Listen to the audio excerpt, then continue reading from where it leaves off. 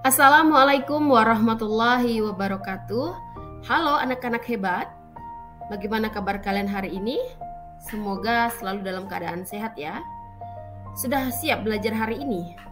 Ya, hari ini kita akan belajar bersama tentang teks cerita fantasi. Nah, apa ada yang sudah tahu yang dimaksud dengan teks cerita fantasi? Baik, untuk kalian yang belum tahu, silakan disimak penjelasan di dalam video ini, ditonton sampai habis ya. Teks cerita fantasi merupakan sebuah teks yang berisi gambaran peristiwa yang sesuai dengan urutan waktu berdasarkan daya pikir dan daya hayal yang dituangkan oleh penulis ke dalam bentuk cerita. Untuk karakteristik dari sebuah teks cerita fantasi, yang pertama, teks cerita fantasi menggunakan tema yang bersifat magi atau supranatural. Yang kedua, teks fantasi memiliki ide cerita. Ide cerita yang digunakan dalam cerita imajinasi atau cerita fantasi yaitu gabungan dari dunia nyata dan imajinasi atau hayalan. Ciri yang ketiga, teks cerita fantasi menggunakan latar yang dapat menembus dimensi ruang dan waktu. Ciri yang keempat atau karakteristik yang keempat dari sebuah teks cerita fantasi adalah tokoh dalam cerita fantasi memiliki kekuatan fantastis. Nah, itu mengenai karakteristik atau ciri-ciri dari sebuah teks cerita fantasi. Selanjutnya di sini ada jenis-jenis dari cerita fantasi. Untuk jenis cerita fantasi terbagi menjadi dua. Yang pertama berdasarkan latar cerita, yang kedua berdasarkan kesesuaian dalam kehidupan nyata. Nah, untuk berdasarkan latar cerita ini terbagi lagi menjadi tiga. Yang pertama, latar lintas waktu masa lampau. Latar lintas waktu masa lampau terjadi pada masa lampau atau masa lalu. Cerita imajinasi ini ditulis pada zaman kerajaan atau sebelum ada pergerakan nasional. Untuk tokoh dan latar dalam cerita ini menggunakan nama pada zaman dahulu. Contohnya adalah dongeng dan hikayat. Berdasarkan latar cerita yang kedua yaitu latar waktu sezaman. Latar waktu sezaman terjadi pada masa sekarang. Cerita imajinasi ini ditulis pada zaman sekarang. Tokoh dan latar cerita menggunakan nama dan latar pada zaman sekarang. Contohnya, cerpen dan novel yang menggunakan alur atau waktu saat ini. Yang ketiga, berdasarkan latar ceritanya, yaitu latar lintas waktu futuristik. Nah, latar lintas waktu futuristik ini artinya cerita ini terjadi pada masa yang akan datang. Cerita imajinasi tersebut ditulis pada zaman sekarang tetapi berisi imajinasi penulis tentang peristiwa yang akan datang. Tokoh dan latar cerita menggunakan nama dan latar pada zaman yang akan datang. Cerita imajinasi tersebut misalnya cerpen dan novel yang menggunakan alur atau waktu yang akan datang. Nah, itu adalah berdasarkan latar cerita. Nah, untuk berdasarkan dalam kehidupan nyata ini terbagi menjadi dua, yaitu cerita imajinasi total dan cerita imajinasi irisan. Untuk cerita imajinasi total adalah cerita yang berisi imajinasi pengarang terhadap objek tertentu. Nah, pada cerita kategori ini, semua yang terdapat dalam cerita tidak terjadi dalam dunia nyata. Jadi nama orang, nama objek, atau nama kota benar-benar hasil imajinasi atau hasil rekaan dari si pengarang. Untuk yang kedua, jenis berdasarkan kesesuaian dalam kehidupan nyata yaitu cerita imajinasi irisan. Nah, untuk cerita imajinasi irisan adalah cerita imajinasi yang mengungkapkan imajinasi tetapi masih menggunakan nama-nama dalam kehidupan nyata dan menggunakan nama tempat yang ada di dalam dunia nyata atau peristiwa yang pernah terjadi pada dunia nyata. Nah, itu dinamakan dengan cerita imajinasi irisan. Itu untuk jenis-jenisnya. Selanjutnya kita beralih pada struktur teks cerita fantasi. Untuk struktur teks cerita fantasi ini kurang lebih sama seperti teks narasi. Dia ada orientasi, komplikasi, resolusi, dan koda. Yang pertama adalah orientasi. Orientasi ini berisi tentang pengenalan latar, tokoh, dan konflik yang dapat dikembangkan dengan deskripsi latar, pengenalan tokoh, dan pengenalan konflik. Struktur yang kedua adalah komplikasi. Komplikasi berisi tentang hubungan sebab akibat munculnya suatu permasalahan hingga masalah itu memuncak. Komplikasi dikembangkan dengan cara pengenalan tokoh lain, mengubah latar, atau menembus ke zaman yang berbeda. Struktur yang ketiga adalah resolusi. Resolusi ini berisi tentang penyelesaian masalah dari konflik yang terjadi. Resolusi dikembangkan dengan cara lompatan waktu, penggunaan sebab akibat yang unik, serta dikembangkan dengan unsur kejutan.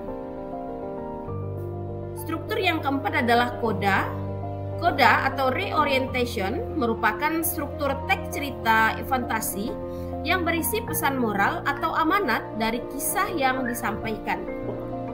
Biasanya, koda dituliskan sebagai penutup cerita dan bersifat opsional, artinya boleh ada ataupun tidak ada.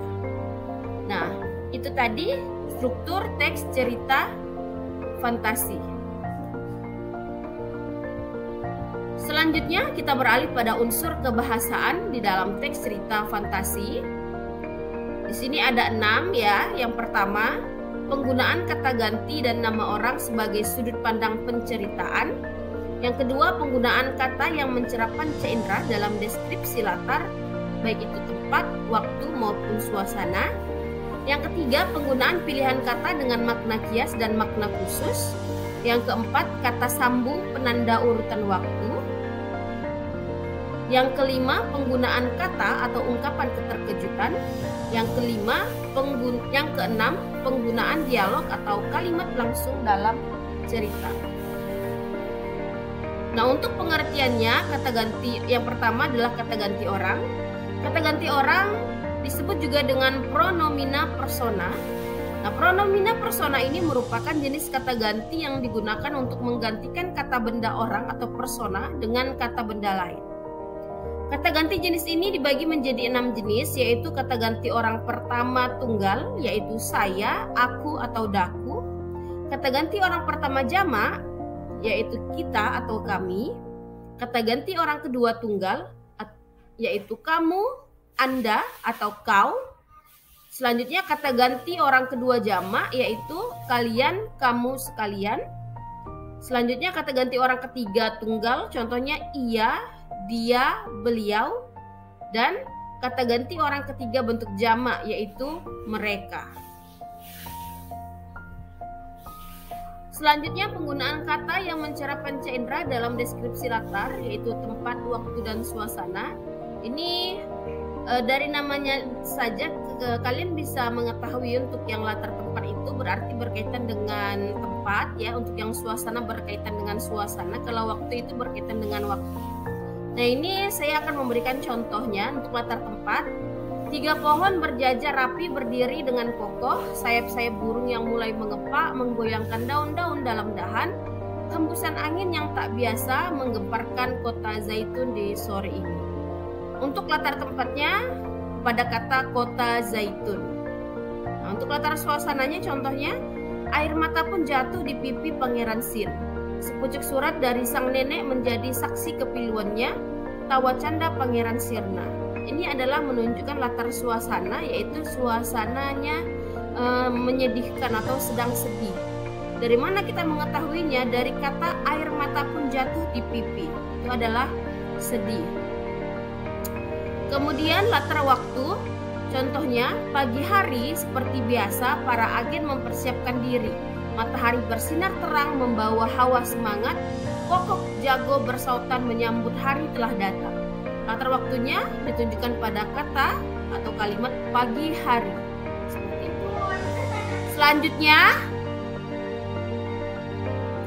menggunakan kata dengan makna kias dan makna khusus. Makna kias adalah makna yang mengandung pengandaian atau pengibaratan. Makna kias ini memiliki arti tidak sebenarnya atau disebut juga dengan konotatif. Contoh kalimatnya, gadis itu menjadi kembang desa di desaku. Nah, gadis itu menjadi kembang desa, ya. Kembang desa ini kiasan. Kemudian monster itu berkaki 4 dan seterusnya. Nah, itu adalah contoh mengungkapkan pilihan kata dengan makna kias atau makna khusus. Kebahasaan selanjutnya adalah konjungsi atau kata hubung urutan waktu, ya.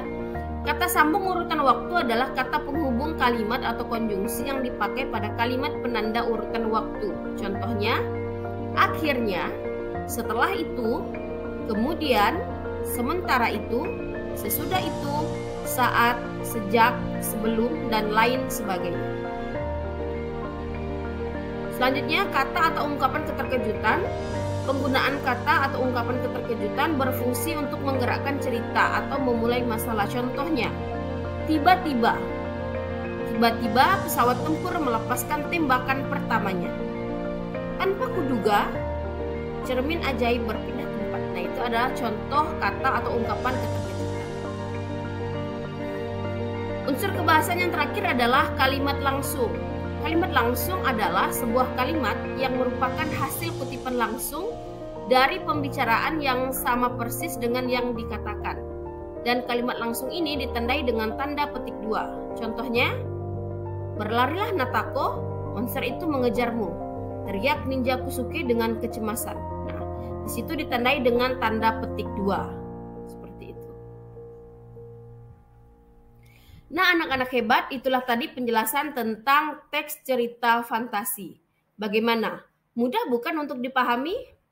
Semoga video ini bermanfaat. Sampai bertemu lagi di video selanjutnya. Wassalamualaikum warahmatullahi wabarakatuh. Terima kasih.